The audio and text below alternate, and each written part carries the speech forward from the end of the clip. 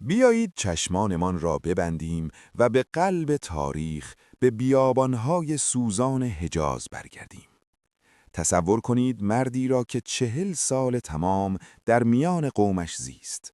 نه یک روز، نه یک سال، 40 سال.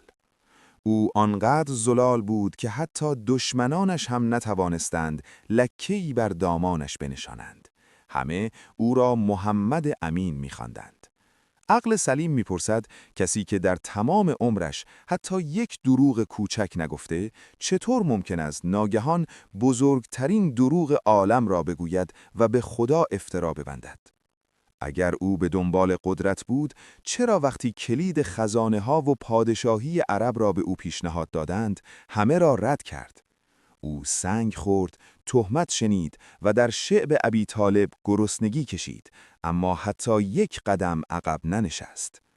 اما صبر کنید، معجزه فقط پاکی او نیست، معجزه طوفانی است که او به پا کرد. فقط 23 سال، این زمان کمی است برای تغییر مسیر تاریخ.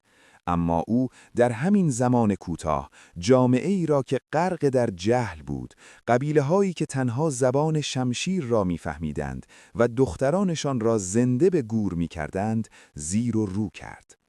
او از دل آن جامعه بدوی تمدنی ساخت که روح تازه‌ای در کالبد علم و اخلاق جهان دمید. دشمنان خونی دیروز را به برادران جاننثار امروز تبدیل کرد. کدام مصلح اجتماعی، کدام پادشاه یا فیلسوف در طول تاریخ توانسته است با دست خالی در چنین زمان کوتاهی روح و جان یک ملت را این گونه تغییر دهد؟ این تغییر محال، این نفوذ کلام که قرنهاست باقی مانده، فراتر از توان بشری است. تاریخ گواهی می‌دهد این قدرت تنها و تنها می‌تواند ریشه در آسمان داشته باشد.